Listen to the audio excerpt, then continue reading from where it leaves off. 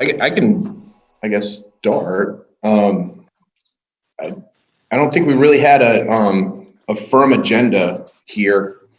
The idea was to get everybody back together, to kind of collect our thoughts and see where we're at, and then look at kind of bring everybody up to speed on where we should have been, I guess, right now, and then look at what we can do.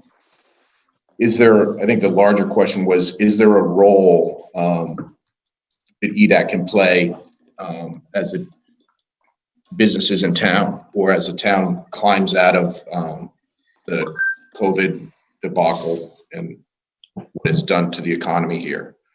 I think for the where we were at, I think one of the updates was we had been asked by the commissioners with the mayor's letter to come up with kind of what our focus was going to be for 2020 and beyond.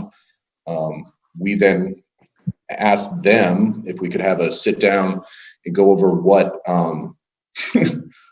what they saw in their, from the mayor's letter, what items did they see as the focus for us now that it's a new makeup of the commissioners.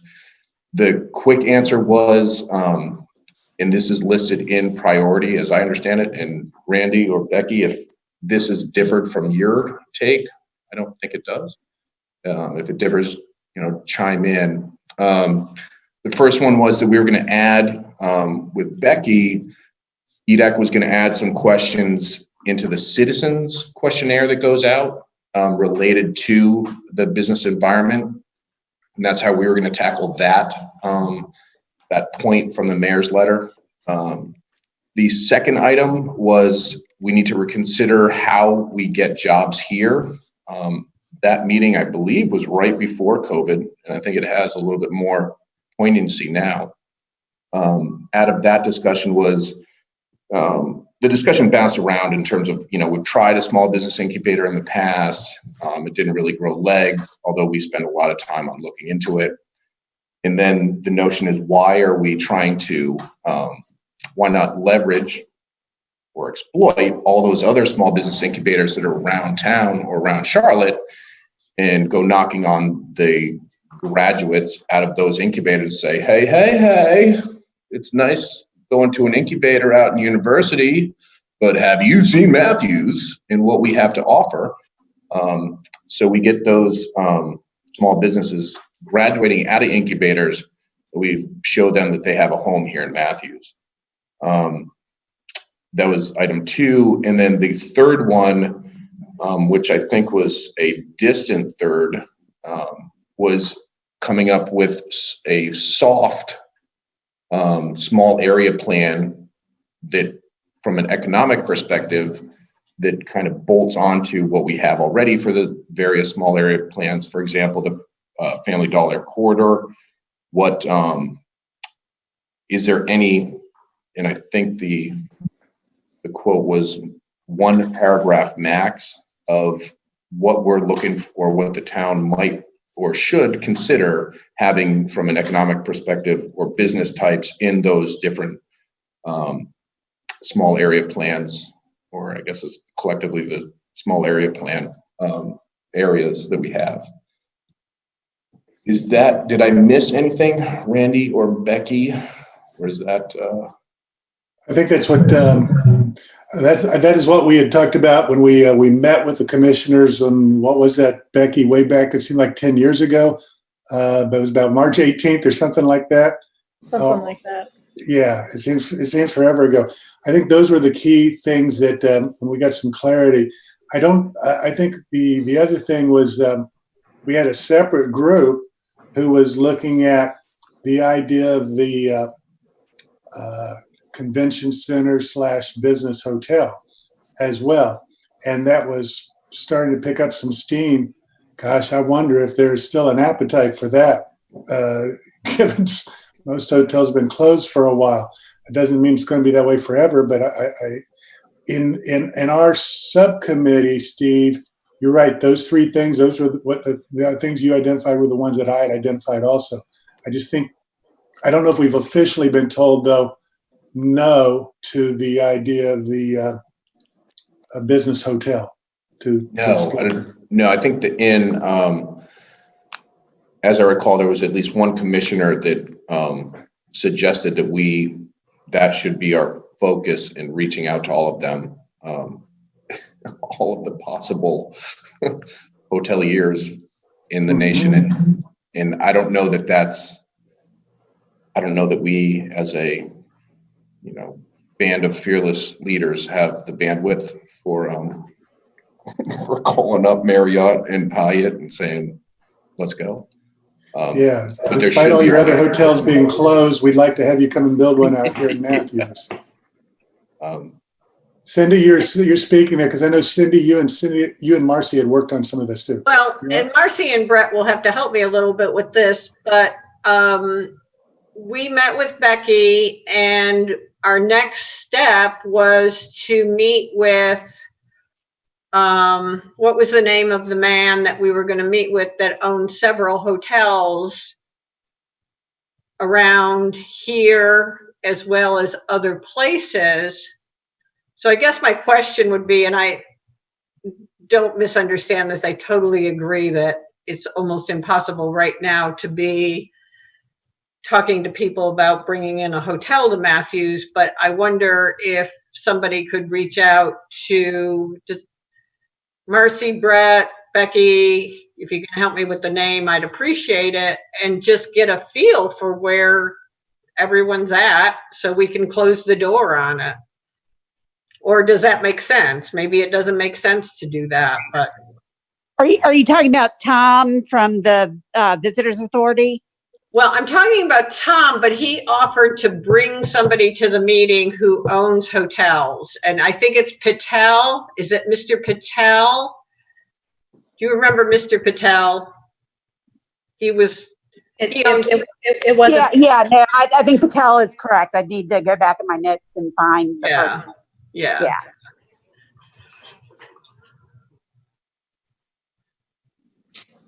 But I mean, I'm not sure what we do with that at this point.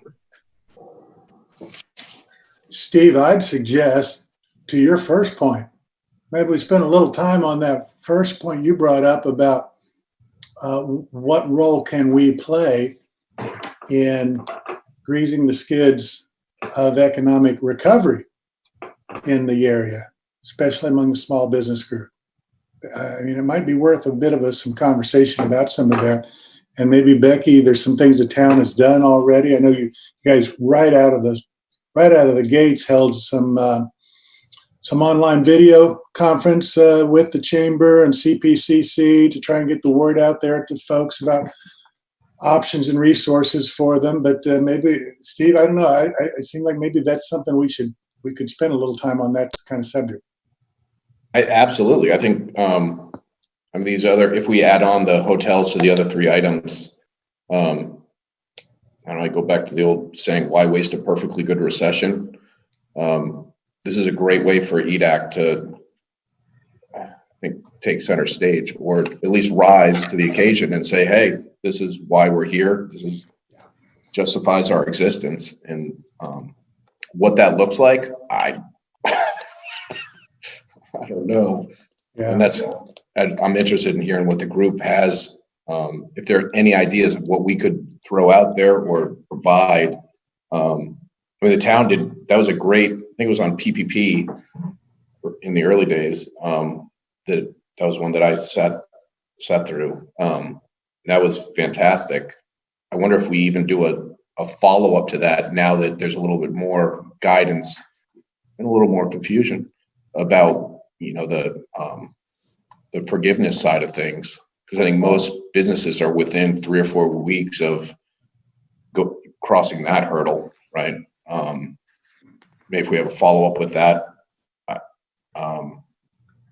But are there any other ideas of what we as an EDAC can kind of champion and take on? Hey, Kim, I was going to ask you, I'm sorry, Steve. Good. I was going to ask Kim and Becky how those webinars went and the attendance and the feedback that you got. They were fantastic, I thought. But I was wondering, you took significant leadership in that and wondering how that all went. And I thought it was great. Well, thanks, Tim. And thanks for thinking I took a lot of leadership in it, but I didn't. Our interim ED did all the work on that, and I just showed up and introduced people. But they were well attended. They were more well attended at the beginning. We started in March, and for those who don't know, the Chamber paired up with Central Piedmont Small Business Center to offer a series of webinars that were initially on Tuesdays and Thursdays. Then we pulled back to be just Thursdays. But we had one on the PPP. Actually, I think we had 2 on that. We had one on the other economic loans that were available. We recently had one on the forgiveness program of the PPP. So they were really well attended. The feedback has been fantastic. I've been really pleased by that. What's been interesting to me and may not be all that relevant to you all is that most of the attendees were not Chamber members. The vast majority came from outside of Matthews. Well, yeah, I think that's fair to say. Most came from outside of Matthews, and very few were already Chamber members.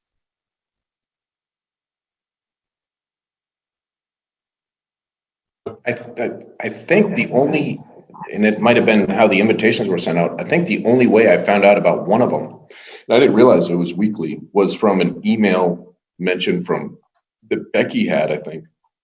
Or I think Becky had mentioned it on Facebook or something. And that's when outside of that, I had no idea. I didn't realize it was weekly. Good Lord, that would have been really helpful. It's a good point. I got Becky's original invitation a long time ago when that town meeting that you folks presented. That was fantastic. And then from there, I heard of Kim and the Chamber, taking that next step in weekly, and I lost track of it after that. Yeah, I didn't know it was weekly either. Yeah, the Chamber had sent it out regularly and keeping people up to date. And certainly those resources help. Maybe what Kim said there is something to take to heart. Then they went from 2 a week to 1 a week. There's been no shortage of available webinars done by law offices, accounting offices, consultants, chambers of commerce, and others on those subjects. No one should have an excuse for not being informed and educated about some of those kind of programs out there. But yet, there may indeed be some things that we can do. Becky, are you hearing anything at the town from businesses about what their needs are, particularly that we can take to heart in some way?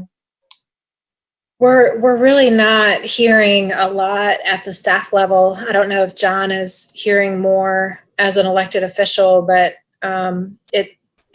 it's not ringing our phones or filling up our email inboxes that there's something specific that they're looking for the town to do at this point in time. So John, I don't know if you have a different perspective. The only thing I can indicate is that there are property owners and developers that are still moving forward with a timetable, although slower. There is a group that is looking to do a text amendment in the entertainment district regarding extended stay hotels because they have an extended stay product they'd like to bring to the table. Lat Purser is also kicking the tires in several areas in town, including downtown and then out at their other properties they hold. So developers are still wanting to come to the table, realizing that their time frame is dealt with in months and years, not days, and that's why they're here.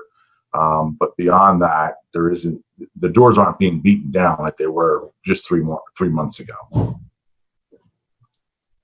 Mm-hmm. Mm-hmm.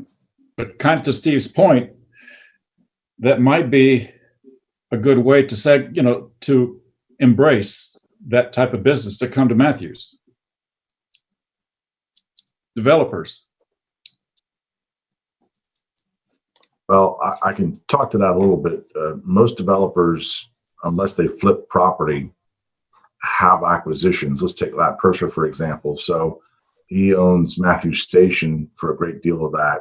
And so he's having to deal with PPP issues. He's having to deal with landlord-tenant relationships, late payments of rent, renegotiating rent and things like that. And that's why I think for the most part, most developers, unless they are actively engaged in looking for property or doing something, aren't really interested in being solicited at this point in time. They have their hands full, and they need to see if they can balance what they have on the books before moving forward. Now, I think in 6 months or 3 months, that might be a different conversation. But, if you went to Vinay Patel and those guys about hotels, they're probably more worried about getting heads on beds right now than they are worried about another deal to build Matthews. So I would think that if there are planning strategies or master plans or small area plans that we could begin addressing, that's probably the low-hanging fruit to look at, as opposed to actively trying to go out to the developer market and say, hey, look what we've got. That will come and we should prepare for it, but I don't think that doing that right now is going to yield any benefit. I fear it would be tone deaf of us also to pursue those hotels any further at this point. I think there's more to think about it than to John's point. Despite the commissioners gave us that charge in the year BC before COVID, and that was forever ago. And so things have changed, and I think it'd be insensitive if we went after, even had conversation with them about the subject, because as John said, they are trying to just put heads on beds, as he says. So what could we do to help either celebrate reopening? It doesn't surprise me, Becky, people aren't coming to you on this. They're more looking to Raleigh right now for direction on the reopening and what the phases mean and so on. But I didn't know if there's anything we can do in Matthew's celebration of business as we get to the next phases of opening. Maybe there's some things along those lines, Steve. Yeah, or is that jumping in the chambers? I don't want to. I get this, but if I can jump in here, it just made me think of something. There is CARES Act funding that Mecklenburg County received, and the commissioners are looking for ideas of how to distribute it across Mecklenburg County. And Susan Rodriguez McDowell has had direct conversations with Hazen and I of looking for ideas that would support initiatives in the towns, including Matthews. And one of them was from the economic development, small business support side of things. To make a long story short, had a conversation with the Mecklenburg County finance director yesterday, and she was talking about some other ideas that could potentially work for CARES Act funding. And one of the things that she said just came to mind as we were talking here was more of like a marketing kind of initiative of support local, your businesses are back open, show them that you've missed them, show them that you're glad they made it through, you want them around here.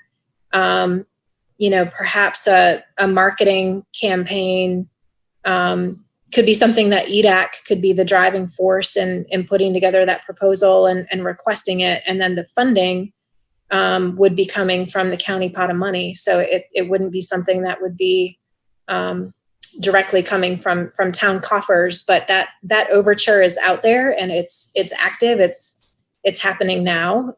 So it would be something that we would have to put together quickly, but it could be a way for EDAC to show that it's actively invested in supporting the business community here in town. Didn't we back in like 2009, back in that recession, maybe it was a chamber that did it. It was like the dollar bill thing for local. There it is. Yeah, the Go to Matthews thing. Maybe it's time to bring back that relic. Somebody somewhere has a binder that shows how to do it, and we just have to change the dates a little. Right? Yeah. 2009 to 2020. So in terms of another version of it. Yeah. Randy, can you, for those of us that weren't around these parts in 2009, can you fill us in on what that was, what that looks like? Ask the old guys. Is that what you're saying? I didn't say that. Just the more seasoned, more experienced in Matthews. Like a fine steak. Here's what we did. So back then, we brainstormed some ideas to try and encourage people to do business with members of the chamber and do business locally. The idea at the time kind of came out of what Clemson football fans have been renowned for doing. When they go to a bowl game, they used to, I don't know if they still do this or not, and I didn't go to Clemson, but they used to make themselves known by bringing wads of $2 bills to every town when they went to a bowl game and spending $2 bills in cash at places so all the merchants would know Clemson fans were here. And so we came up with that kind of thing. We encourage people to go shopping at local Matthews businesses using $2 bills, which even back in 2009 didn't go very far. So that's what that came out of then. And we had some fun with it for a few months and encouraging people to do that. And I think we even, if you could say you shop at locally, support a local business, you put your name in the raffle or something for some extra prize. So we did that for a few months and had some fun with it and encouraged people to shop locally. Certainly in doing so, we were mainly supporting local retail businesses, not the B2Bs out there, because there's some businesses. Gosh, I couldn't go spend $2 bills at Steve's business, for example, very easily. He might have taken that money then, but there's only so many things that could benefit. Yet it was the spirit of it was what we were trying to communicate and instill in people. So maybe something like that could be done. I'd recommend changing the name, coming up with something different if we're to do it. But yeah, thanks for asking the old guy to recall what it was like way back in the last recession. John, has Red Brick looked at doing anything recently? Are they? No. I mean, Red Brick is pretty much idled down because obviously we deal with more of the bar, wine bar, brewery. They're taking the brunt of this from that standpoint. And some can't even still reopen unless they're selling food. And so, it really is put a kibosh on it. And the other thing that Red Brick's done is basically more of the event side of things. And so you're talking about gatherings of a lot of people and all. So yeah, it really, unless it changes the tack completely 180 degrees, it's not something that Red Brick's set up to do. Yeah. I love the idea of some sort of targeting a date, if it can be done safely and according to health standards, of a back to business celebration event. I could see that, and maybe it's in downtown Matthews. I don't know how you do it in the midst of still COVID's presence, but some sort of celebration. And you know what? We've all gotten an equivalent of master's degrees in Zoom over the last 10 weeks. Given that, though, I still don't want to do it that way. I'd rather do it in some way in person. If we could say we're at a point where it's okay to do it and do it responsibly, and we get the chamber businesses, but we invite non-chamber businesses, we invite businesses to come together in some sort of celebration. I don't know if me even talking about it gets someone else's wheels turning about how to do something like that, but maybe some way of celebrating, we're back in business, let's go support each other. I don't have any wonderful ideas around this, but as you're talking, my mind is working a little bit. And, some of the things that I've seen is that Novant was passing out free masks, at the health center. Did anybody else see that? But anyways, they just had you drive through and you could get a free mask. And if we could get our hands on things like that, like masks and hand sanitizers, and do drive-bys, that's a big thing now. But still letting everyone know which restaurants you can go into and social distance at and that type of thing. but just kind of I mean, we've all done the drive-bys, graduations, whatever. They can be fun. You throw things out, you know, that type of stuff. So if we've got to do it along the lines of what the restrictions are because of COVID-19, it seems like we could try to look at something to do that combines what we have to do in COVID-19, but make it more eventful or more exciting. And now I will put myself back on mute. I'll share something with y'all that I looked into for the chamber, and frankly, we just haven't had time to even delve into it, but maybe it would be better suited for you all. We were looking into gift cards that the chamber would sell that could only be used, no, I guess only be used at businesses that sign up to do so. So there's not a financial outlay to whoever's selling these gift cards. If it's the chamber, it wouldn't cost the chamber anything. And there are companies that take it and run with it. So if the chamber sold them, you all come in, you buy a $30 gift card from us, and you can use it at, let's say, Seaboard signs up. There's a website that says, here are all the folks who've signed up, and you go in there and you present your debit card.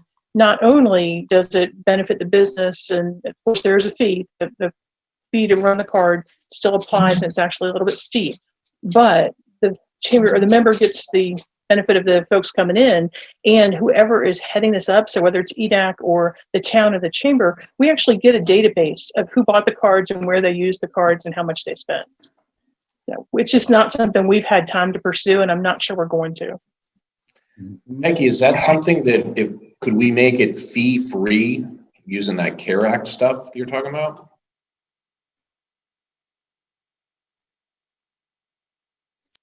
Well, the fee is charged by the provider, probably who administers it.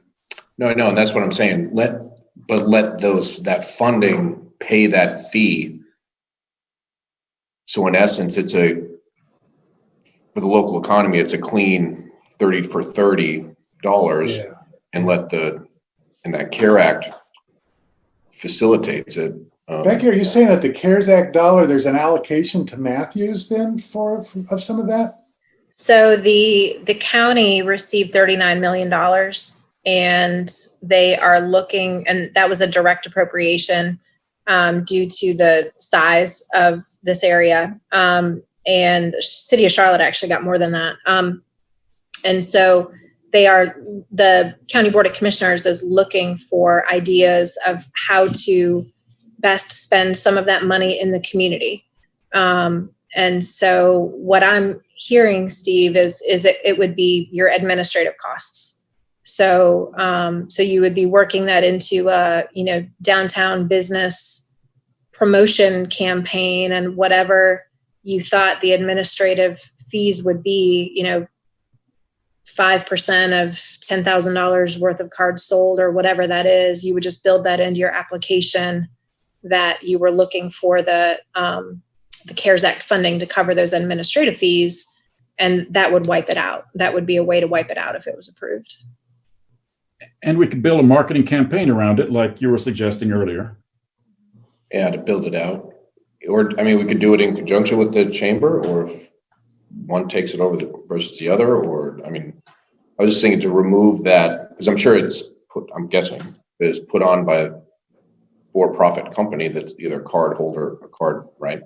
And so that fees that they would charge, that's one line item of the request for whether it's a grant or whatever. And then the other line items are related to the marketing and the branding and what have you for it. I think that's that kind of, I would imagine, because we're then relying on this third party card provider, I'm willing to bet they're the ones that are going to do all the legwork outside of the marketing, right? In terms of getting the cards together. I'm guessing, Kim, that there is like push and play, right? Pretty much. That's how they made it sound to me. I only interviewed one company. It's called Yiftee. It's YIFTEE. Lady was great conversation, but they do all the admin. They do all the setup. And as a vendor, if Seaboard wanted to sign up for it, then Seaboard would just have to go on a website, I guess the chamber's website or another one, and click on a button and fill out what they said was like a 3-question thing. And then boom, they're listed as a vendor. And I guess they have to do that before they're actually allowed to take a card. But that was the only work on the vendors. And there was almost no work on the chamber other than selling these things. Gotcha. I think that, I mean, certainly, I think it warrants us to at least look a little bit deeper, because that could be a quick hit. I think it's an idea. Yeah. I don't know if it's the idea, but I think it is an idea to consider. On another tack, and Cindy, you brought it up, but I'm wondering if, and perhaps this is changing now, but I know as a small business owner myself, chasing down PPP, or rather PPE, protective stuff, masks and all that stuff. Frankly, that's something that is not, it won't say it's a nightmare. I got other things that keep me up at night, but it's a challenge. And I'm wondering if the town has resources, or if we as EDAC came together and kind of had a consortium of business owners that where we were a source for, you know, I mean, as the town buys garbage services because we can get it cheaper in bulk. If there's a way that we could do something similar, as restaurants, as all these are starting to open up again, if there's a way that we can combine forces in that regard. I don't know if I now have a ton of sources for them, but their pricing, I'd need to buy 1 million to get the prices where it needs to be, but.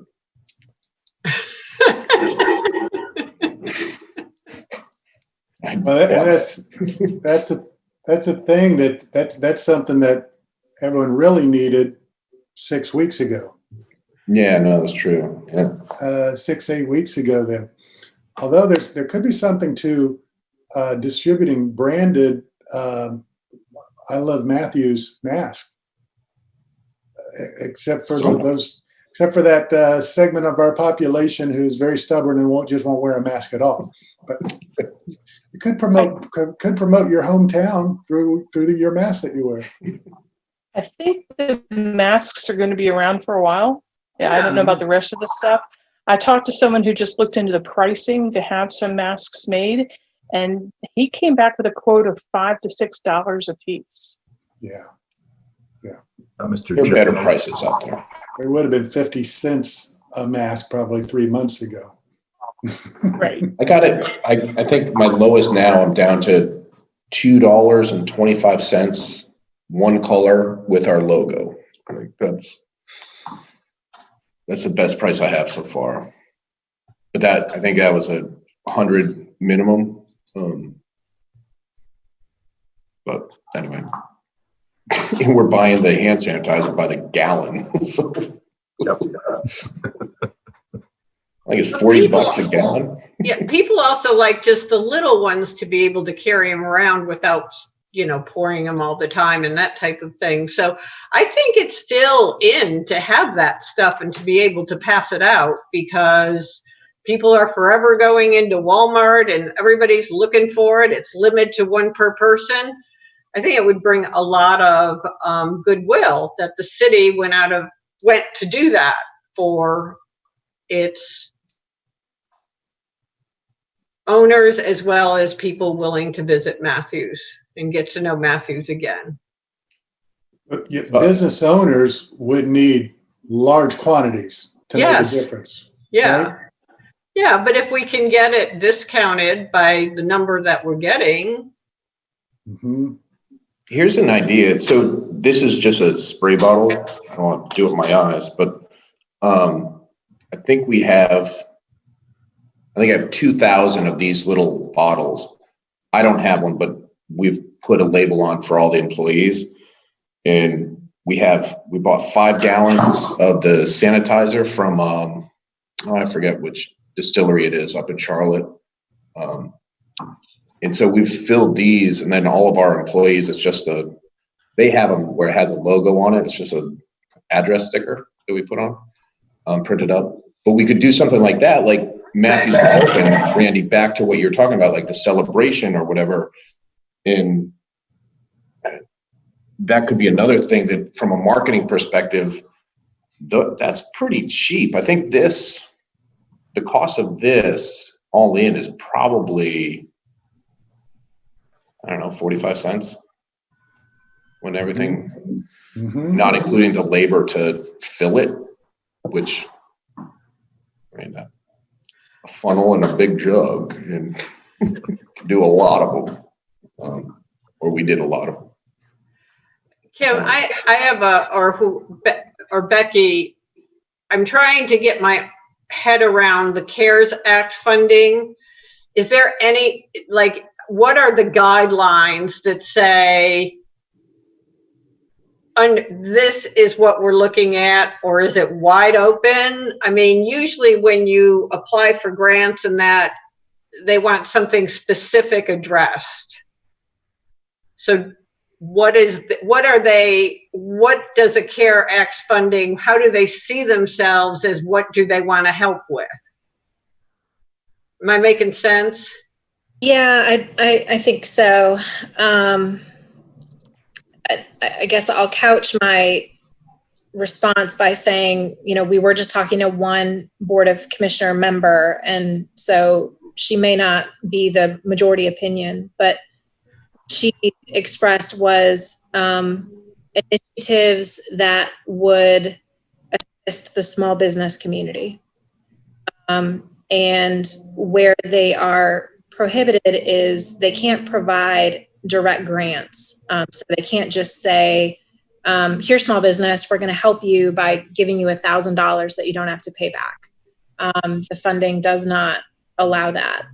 But anything that would point to, promoting businesses, helping the businesses, this marketing suggestion came from from the Mecklenburg County Finance Director, because Mecklenburg County staff has also been working and kind of putting together ideas. I guess there's a task force that the county commissioners is putting together to help kind of vet some of these ideas, but Susan was specifically driving for things that would directly assist the towns, because she was concerned that Charlotte would kind of get all the attention, or that the towns would kind of get left out of a lot of things. So if there's something that's Matthews specific, I don't think that would be frowned upon at all. And I apologize, I don't have more. This is all kind of coming at us in sort of bits and pieces, and we're trying to kind of read the tea leaves to see what that $64,000 question or answer that would kind of hit the mark. But, at the same time, we have not really as staff been able to think a lot because you can't give that direct grant and aid. So any of these marketing kind of ideas, may be a way to be helpful without their tremendous amount of staff lift to run a program or something like that, as far as being able to still be helpful without overtaxing our available resources. I don't know if that helped you. I'm getting there. Okay, sorry. No, that's okay. I mean, I just wondered if there were specific guidelines, but the city, if I'm understanding it correctly, Matthews as a city could apply for a grant to assist our businesses in their reopening. As long as it wasn't directly handing dollars to the business. Right. So the city would have to spend the money to promote all of Matthews. We couldn't give the money to a restaurant and say, hey, do this. Correct. Is that correct? Okay. Correct. I understand it now. So, and again, I'm just storyboarding. Because I'm not a marketing person.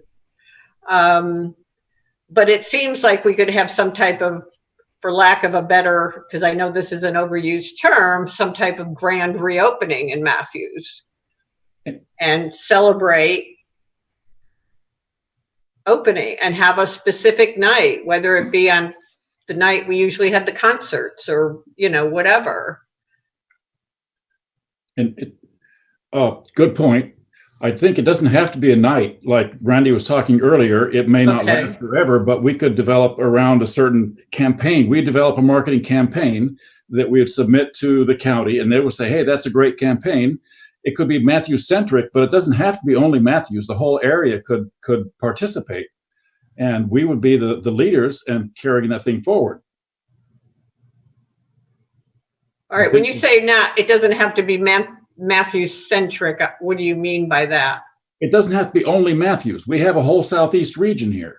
Okay. And So we you're could be talking carrying about, the got flag, it. and Yeah. we could spend these dollars that Kim was talking about in the whole area, and that would make us look good to Mecklenburg County, and they'll be more likely to give us the funds money. to do it. Yeah, I like that. Now, what's the campaign? How do we do it? That's a whole different story. But I think we have a good thought process, and I think, Kim, you had a good idea on those cards. I know the admin part is rather high. I probably wouldn't do it as an individual business, but for this, it may work. All of those things are very dependent on a lot of boots on the ground of getting out there and talking with these businesses, getting them recruited on board, I'm guessing, as well as in marketing it to the community, making them aware of it, and getting people excited about it. So it's coordinating a lot of communications and contact with small business owners throughout the region, and coordinating with media and whatever other means to get the word out to the public about it. Not saying that's impossible, but there's going to be some limitations given the limitations we have in general in interactions here. So just things to keep in mind there. Becky, are you? Go ahead. I'm sorry, John. What I was going to say to kind of piggyback that off Randy, I think hearing you explain it that way, for me, simple is best. And asking the recruitment of a business, getting them to say yes, and then you have to get people to act to come buy the card, and then go actually spend the dollars in the business for the business to ever feel it. As opposed to perhaps just a marketing campaign to the citizenry saying, the shop local support, so that whether they're coming with a credit card or cash or, we don't care, just go spend your money. That, and to Tim's point, I think a longer term initiative, I think one, like a grand reopening can be a lot of fun and a lot of excitement, but if everything's packed that one day and then everyone goes back home, that's not the kind of sustained support that the businesses are really going to ultimately need. So it doesn't mean that you can't incorporate some, like the shop local Saturday after Thanksgiving, something that puts a focus on it, but maybe it's by no means a one and done. So that would be my 2 cents. That, I get the gift cards and all of that, but I think just looking at being able to pull something together and then keeping it as few steps as possible to get to the end result that we're looking for, it may not be the right time for that. Yeah. John, you're going to add some, John? Well, I was just wondering if you might be talking about a multi-pronged approach. I guess one thing is that the town has its Matthews Love campaign, and to dovetail into that would be very important. I think there'd be a way of pulling it off. And I guess the second part is there an opportunity through the CARES Act to talk about the town being able to procure PPE for businesses from that standpoint? So there's some immediate needs, and then there's sort of a program for a longer term need, which is the Matthews Love campaign from that standpoint. So just maybe there's little pinpricks of things going on as opposed to one big deal from that aspect of it. Yeah. Yeah, and we, the town has obviously procured its own PE that we're going to be pursuing reimbursement for, including some of these CARES Act funds. But procuring it to then give it away to the citizenry, I would definitely want that to be a proposal that Mecklenburg County was saying yes to, and then we spend the money. It doesn't feel quite as certain in my mind that it would be approved, and I would hate the town to then be on the hook and not be able to receive reimbursement for that. So, but could we do a proposal we want people to feel comfortable being able to go out and shop, and we want to make sure that they have the tools and resources that they need to be able to go out and spend money. So we feel like these are important tools to help put in their hands. Can you spin it like that so there's still that economic development component to it to get them interested in saying yes to that? I think we could approach it from that angle, certainly. See, because I think that they want you to stay at home. They want to keep things restricted. Here you're offering up the opportunity to put safety forefront and take what they want you to do and put it out there in the public would be a great thing from that aspect of it. And I think that's one of those proposals because, I've been around to a few stores and the smaller shop owners are like, it's been very difficult to procure the PPE, mostly masks and things like that, and hand sanitizer. But if you want to get things going back up strong again, if they could get an avenue in which to get these materials, that would be greatly beneficial. I don't know about Steve, but I mean, the way we found materials, we went the en route, we looked at the commercial corridors, and so we were buying gallons of hand sanitizer. Well, a normal human being doesn't have access to those fronts. They got to buy the can. And so the town would be able to bring that to the table. And I can't imagine the county sitting there saying, well, no, we don't want you helping people stay safe and distance and wear masks and all. That seems a little bizarre in itself, but I think there are enough small businesses in the town of Matthews that would greatly rejoice at the 800-pound gorilla, the town community, being able to help them. My only proviso would be is that I know some of them are charging surcharges for the PPE, is that if they were recipient of the PPE, they would not be able to charge a surcharge for the duration of when they had the town provided equipment. They couldn't resell it. Bingo. To that point, Steve, your $2 $2.25 masks, is that a one-time use? Is that a No, it's a cloth mask. I can't afford single use. There's single use ones are, I think it's 27 cents now each, but even that, I can't afford that. I mean, that's why we went with the cloth ones.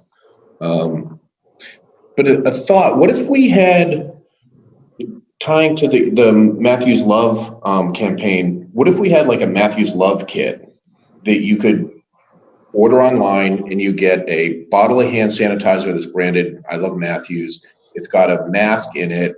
It's got pamphlets or coupons or what have you from businesses that are in town that are open and they want you to come in, that are supporting this, and you order it online and it shows up at your house 2 days later,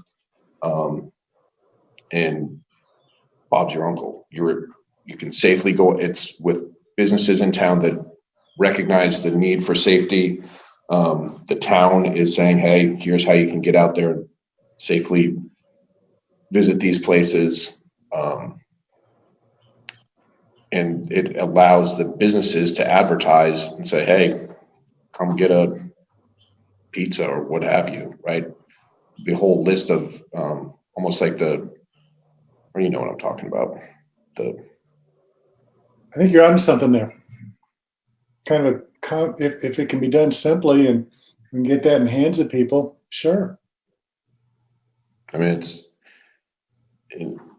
and I wonder if that could be funded through that CARES Act thing when shoot, you want to order it from Montana, we'll send it to you. But I mean, the marketing it's our marketing, right? And it's supporting, and if can't see it being that hard to put together. In my head, I'm just thinking through the contents, even if it's just a mask and the sanitizer stuff. Or to John's point, what if we just sent out, it was an empty one with it, and you can go to the town hall or the library and there's, 5-gallon jugs that you can dispense and fill up yourself, right? While you're dropping off a library book to fill up your sanitizer. Or trade it in. Or trade it in. Yeah, exactly. Is the library open Bring the yet? empty one and we'll give you a full one. Yeah. I'm just thinking because sanitizer shipping, being in logistics, you don't want to ship sanitizer.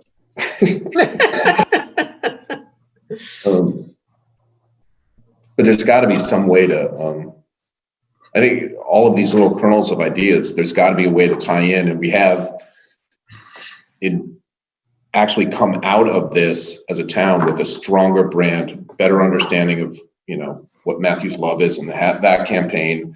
And I think we can exploit COVID and come out of this on top and say, hey, this is what we've done. John, I have an aside question because it's been rolling around in my brain. That taco shop that was going to come into town, are they still coming? As far as we know, they were doing demo on the building the other week. Yeah, I saw some stuff going on, but Yeah, I Wondered. have not heard that they have changed their mind. And I know they spent a lot of money to acquire that building. Where's that? The old kebab place on John Street, right by the post office. Going to be tacos? Across from Max White Pizza? Duck Taco Shop. the cult. Legit. Lines around the building at their other locations. Spaced 6 feet apart. Yeah, now it's going to be a really long line because of the Sure. social distancing. Yeah.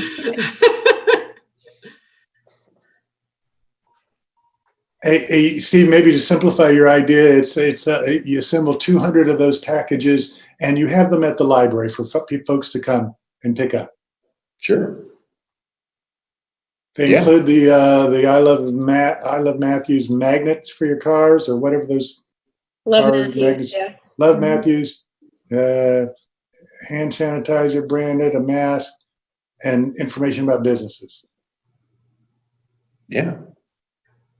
I mean, because basically the ask then is really just to other than buying those masks, branded masks, we already have the logo, right? The Matthews Love or whatever logo. The only other is really and we can use the chamber, right, to go out to businesses and say, hey, who wants to put in coupons, drop them off. Absolutely.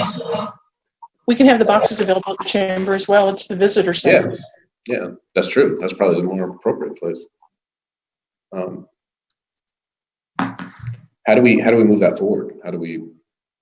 What's the next step is how do we apply for a grant? What do we put in it?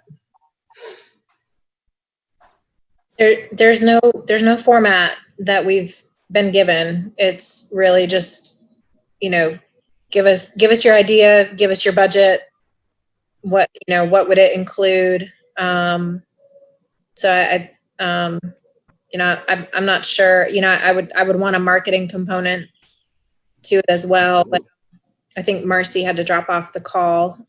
She may be our resident expert on some of those things. A little bit more. I'm in the low budget, no budget world. So we don't do a lot of the larger scale advertising.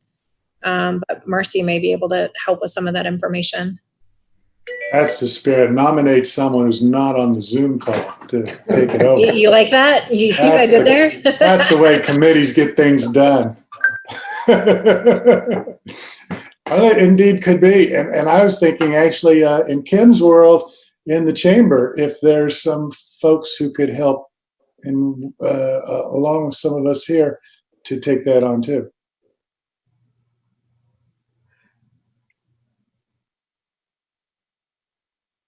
Can't take on the marketing part of it, Randy?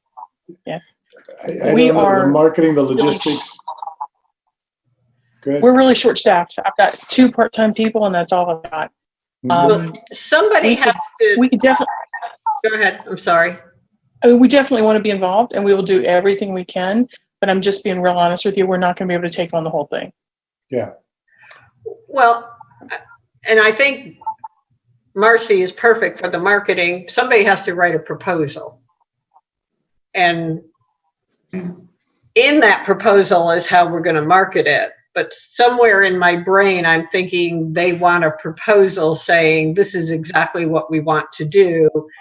And then Marcy comes in and tells us how to market what we want to accomplish. Am I making sense? I mean, somebody's got to start with, we are proposing to get X number of dollars in order to do this particular, help me with the word, this particular,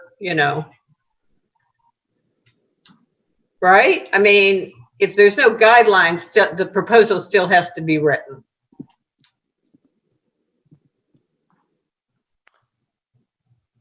Becky, do they have any documentation or anything for what they're? No, that's why I'm thinking we have to write a proposal. I'm not volunteering for anything, so please know that. But back in a day of my life, I used to write grants. And, and you use short sentences. You're very specific as to how you want it to look, because you think this person who doesn't have a brain is reading it. And I'm not saying the people we're giving it to don't have brains.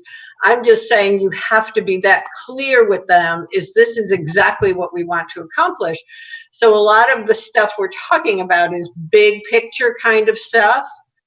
But I still think it has to start out somewhere we are applying for X number of dollars. So somebody needs to put together a budget saying, this is going to cost to get the sanitizer, to get the logos, to get the masks, to get this. It's going to cost X number of dollars plus whatever else we have to do. So there has to be the writing of it and the financial part of it. So that's the end result we want to get to. So the first step is to figure out how to put some type of budget together as to how much money we're applying for, and then how do we reduce everything to a format in words that it convinces them to give us all that money. Becky, can the budget you prepared for Matthew's Love campaign, is there a portion of that can be attributable to what Cindy's talking about? Can we use that as sort of the basis of design for the sort of marketing aspect of it?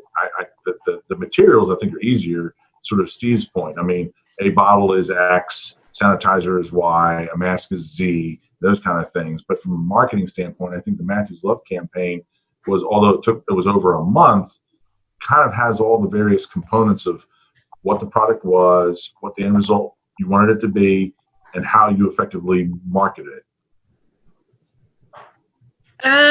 Our marketing was a little different for that campaign. It was really more our social media platforms, press releases that we hoped would get picked up by the paper. There weren't like ad buys. There wasn't the paid placement on the social media sites. It was really just kind of banking on our existing channels and then being boots on the ground. So we would show up to events that we knew were already going to be well attended, and engage with citizens at those, like at the Food Truck Friday, at farmers markets.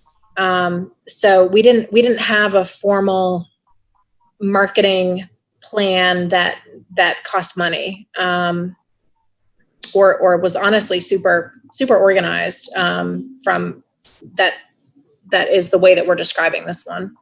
But it may be something that sort of organic may work. To Randy's point, Randy said 200 packages. What are we talking about here? If you're trying to put out 30,000 packages of something, then you really have to market it, because you may not do that. But if you're only going to distribute, and I think of the Christmas holiday stroll, it was nothing to throw out 700 packages to kids.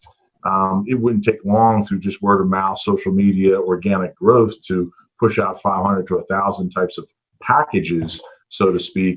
And then, if businesses were open, like we did with Red Brick many years ago, you had little isolated pods of groups of folks handing out these materials as a possibility as well. So I don't know there's a really heavy lift on the marketing side, because I think once people get word of it, they will tend to gravitate towards it. For this one, does that mean that the group is moving away from this larger, shop local kind of initiative? Like, to me, I kind of hear you can either do them as two separate things. One is this larger shop local, and then, hey, separately come get your materials. Or I guess my thought was do a bigger shop local, and hey, if you need some help feeling safe to do that, we have these resources for you. A needle mover type of shop local campaign, I'm not sure that we could do that with our existing platforms. I don't know that we legitimately reach enough people to actually, like, I want to move the needle. Like, you want that groundswell, not, hey, we reached 500 people through Facebook. It's better than nothing. But did that really make the Pizza Peel feel a difference in their orders? I'm not sure that our existing platforms could do that. Yeah, so take it a different direction slightly. Are we still planning on Beach Fest in the fall? Beach Fest happens in May. It's been moved to October. Yeah. So that is still a go. And then there would be another one in May. So you would end up with, to keep it on the May schedule thereafter. So Beach Fest is still currently a go. Obviously, Matthews Alive was canceled. So there's no plans right now to forego Beach Fest in October. Obviously, we take it week by week. Well, I go back to my idea of a celebration event, and if there's an event already going on, and you use it also to side things out in the street or something, promoting business and boosts about the businesses, or doing everything in a safe way, of course, but some ways to promote it. If you got the packets, you got those gift things to hand out, then great. I agree with you. Move the needle event. We may be thinking too small about the 200 packages, 200 gift baskets, and yet not making much of an impact. Gosh, you're going to have more than 200 people at a Beach Fest if we're allowed to still do it. And you could really use it as an opportunity to promote business in some way at that same event or leading up to that event. And the other thing, tying up what I was sitting here and thinking about when you were speaking, Randy, is why not go big if there's no guidelines? I mean, what can they say? Oh, we won't give you that much. We'll give you half of what you're asking for. And then we figure out how to use that half of what we're asking for. I mean, if there's no guidelines, if we can figure out a way to make it sound important enough to reach out to enough residents, which is bringing in the full circle versus just Matthews that y'all mentioned, why not go big? Why not see? I guess, But like Becky was the bigger saying, issue would be that whether or not Beach Fest, and I agree, go big is fine, but will Beach Fest go off in October? Will there be still fear? I mean, you get through the first laughs and they're talking about the second wave, and it seems like they're just working consciously to sort of keep things tamped down.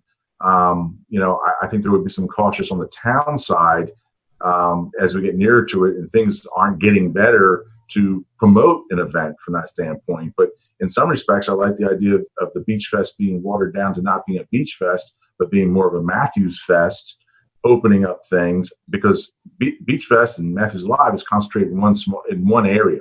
You need to break this apart and make it a downtown-wide event, which helps in the social distancing if you want to get to that point, and get it to the businesses that want to participate from the north end to the historic district, down to Stumptown Park, et cetera. But in planning terms, for Leanne Moore, even something coming in October, they're talking about it now.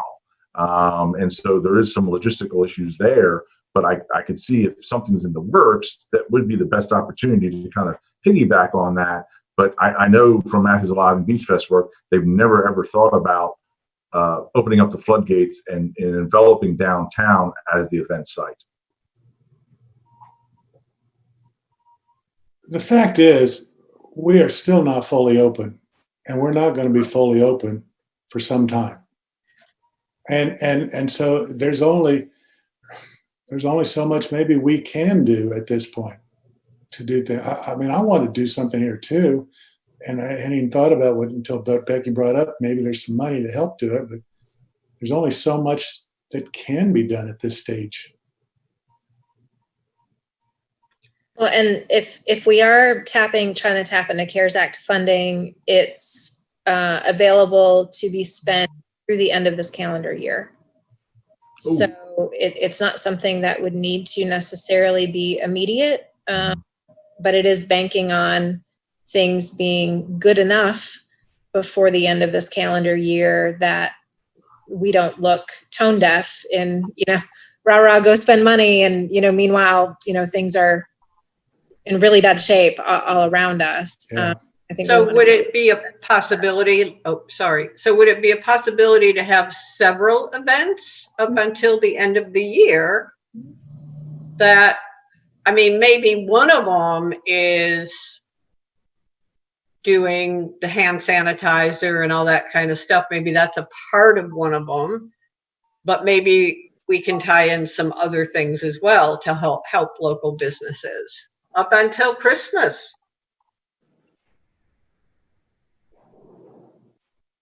Hey, Becky, am I right that the CARES Act money is really designed to be used by the towns or for the towns and not so much for the region?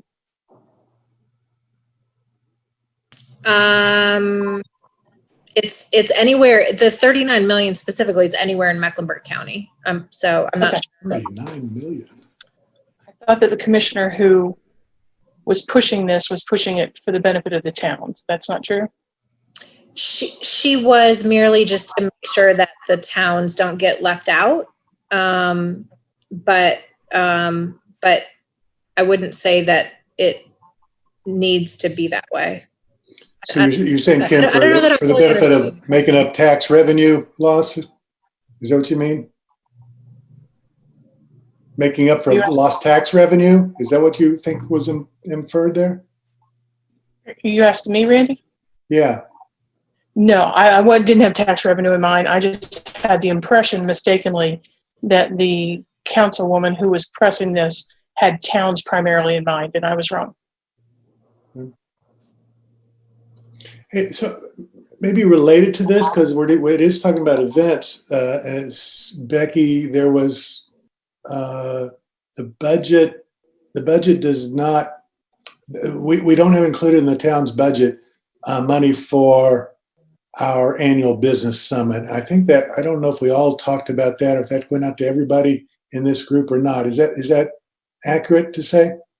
It is accurate that got cut. That was an email that I just sent to Steve and Randy as chair and vice chair, just giving them a heads up. So I don't, a few minutes late to this call, so I don't know that it was discussed prior, but that funding was cut from the FY21 budget, with the understanding that if this group wants to still put together an event, to just put together some costs, make the proposal to the board for consideration of funding at that time. So it's not saying you can't, it's just a little bit of a different process before we could move forward, that we would want to be sensitive to the economic situation. But especially, say, given this group, we're trying to promote business, it seems like it would be right up the alley of a good thing for the town to still be able to do, if at all possible.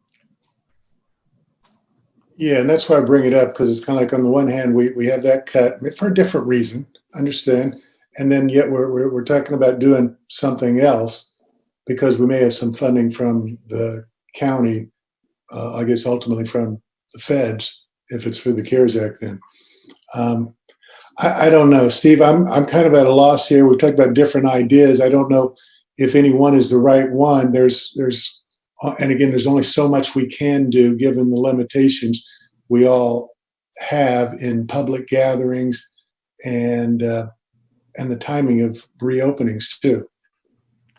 I think that something to consider is that we could prepare, right, for what we know will be an opening someday, right? And that what that looks like and when it is may not be the fall, but then when it happens, I'd hate to have it be on November 1st and on October 25th, we're all on a Zoom meeting and saying, remember back then we could have had a bang up event or at least been prepared, but we blew it off for 4 months.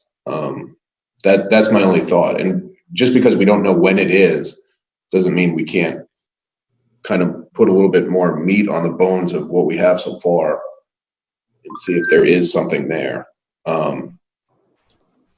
Perhaps I'm overtly pessimistic, but having been in the good fight now on the small business side, gone through starting in 2009 and surviving that one, and now reading the tea leaves about what this economy is going to do, I think as EDAC, now's for us to get ready to support small businesses or any, for the love of God, any business in Matthews.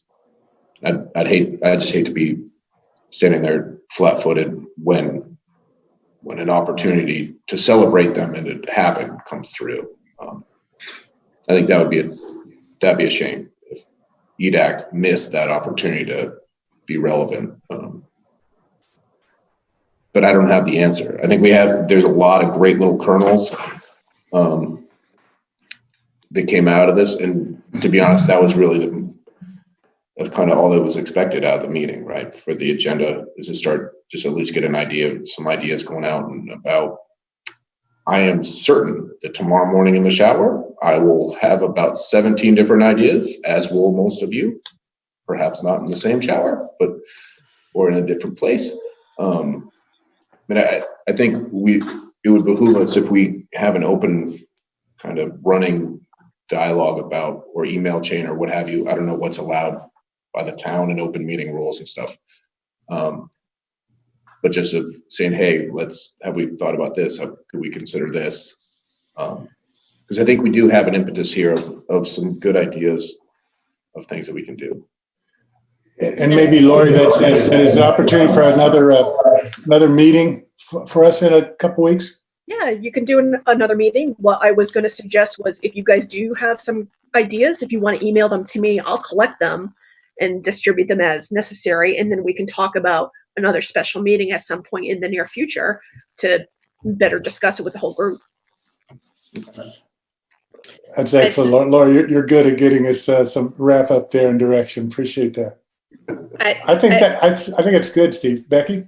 Yeah, I will say time is a little bit of the essence, but unfortunately, I also don't have super great direction, and again, this is if we're going in the CARES Act direction. Nothing forces our hand to do that, but obviously it's an available funding source that very likely fits this initiative that, quite frankly, doesn't cost the town money, which makes us happy. So if it's possible to pursue this, we would very much want to do that. We don't have good direction as far as a specific deadline. we had heard, a deadline that was actually today for some other stuff, but when we questioned that, it all kind of moved. So I'm kind of mentally working under the self-imposed deadline for some other stuff that the town is working on for this, of trying to have something pulled together within the next 2 weeks. And so again, if that timing doesn't work out for this initiative, so be it. But I just want to kind of put that on the table that if we are looking to pursue this, I think the county is going to continue to move forward with pulling together ideas. And I would rather have an early proposal than one that's late to the game after they've already kind of mentally blocked off funds for other things before they even hear from us. Okay, that's fair. So what's next? Steve, maybe it is ask everyone to come do a little more brainstorming on this and come back with some ideas for in a week from now, maybe. Yeah. Can we set that? Guys, hey, I gotta hop off, but I will definitely think of ideas too. Sorry to leave a few minutes early. Thanks, Aaron. Bye. Aaron. If it would also be helpful, as you're emailing, if you are somebody who did mention having a source for something, like Steve, I think you mentioned the masks. If other folks know of things, if you can just also email that product and that cost. I don't think we need the source or the specific name or anything so much as just to start to build that financial side of things. If this is a path that we're going to go down, I think to Cindy's point, there's the financial angle and then there's the case making angle, but without the financials, it's hard to make the case. I can send the masks and the sanitizer is $40 a gallon. And we can also cost compare that with the resources that we have, and just see, and then go with whichever one's the better deal. Absolutely. Yeah. Cool. Thank you. So good to see everyone. Yeah. Do we need a motion to adjourn, Lori? Hang on, before everybody goes, I just want to clarify. So I heard you say you wanted to meet again a week from today. Is that right? If that was the case, I need to double check with Becky. Do you have a education meeting next week? I do, but not until 6:30. So Okay. This same meeting time. Okay, so we'll hold a special meeting at 4:30 a week from today. I cannot do 4:30 next week. Do you want to propose a different time? And I may be out all day on that Tuesday. Do we want to propose a different day? June 2nd. I gotta put on my Sally Jesse Raphaels. Wednesday works, Thursday works. Yeah, Wednesday or Thursday. It's fine. How does Wednesday at 4:30 sound for you guys? Sounds fantastic. I think I can do that. And Wow. that's the 10th? Is that the 10th? Yes. That is the Yeah. 10th, yes. So our grant writer can do that, we heard. Like stirring pots. Then I go away. 4:30? 4:30 on the 10th, and I'll send you guys a Zoom contact meeting invite. Awesome. All right. Thanks, Lori. Thank you. And yes, now we can take a motion to adjourn. Thanks for the motion, Tim. I'll make a motion to adjourn. Second. I'll second. All right. Everybody's quick to second. All in favor? Aye.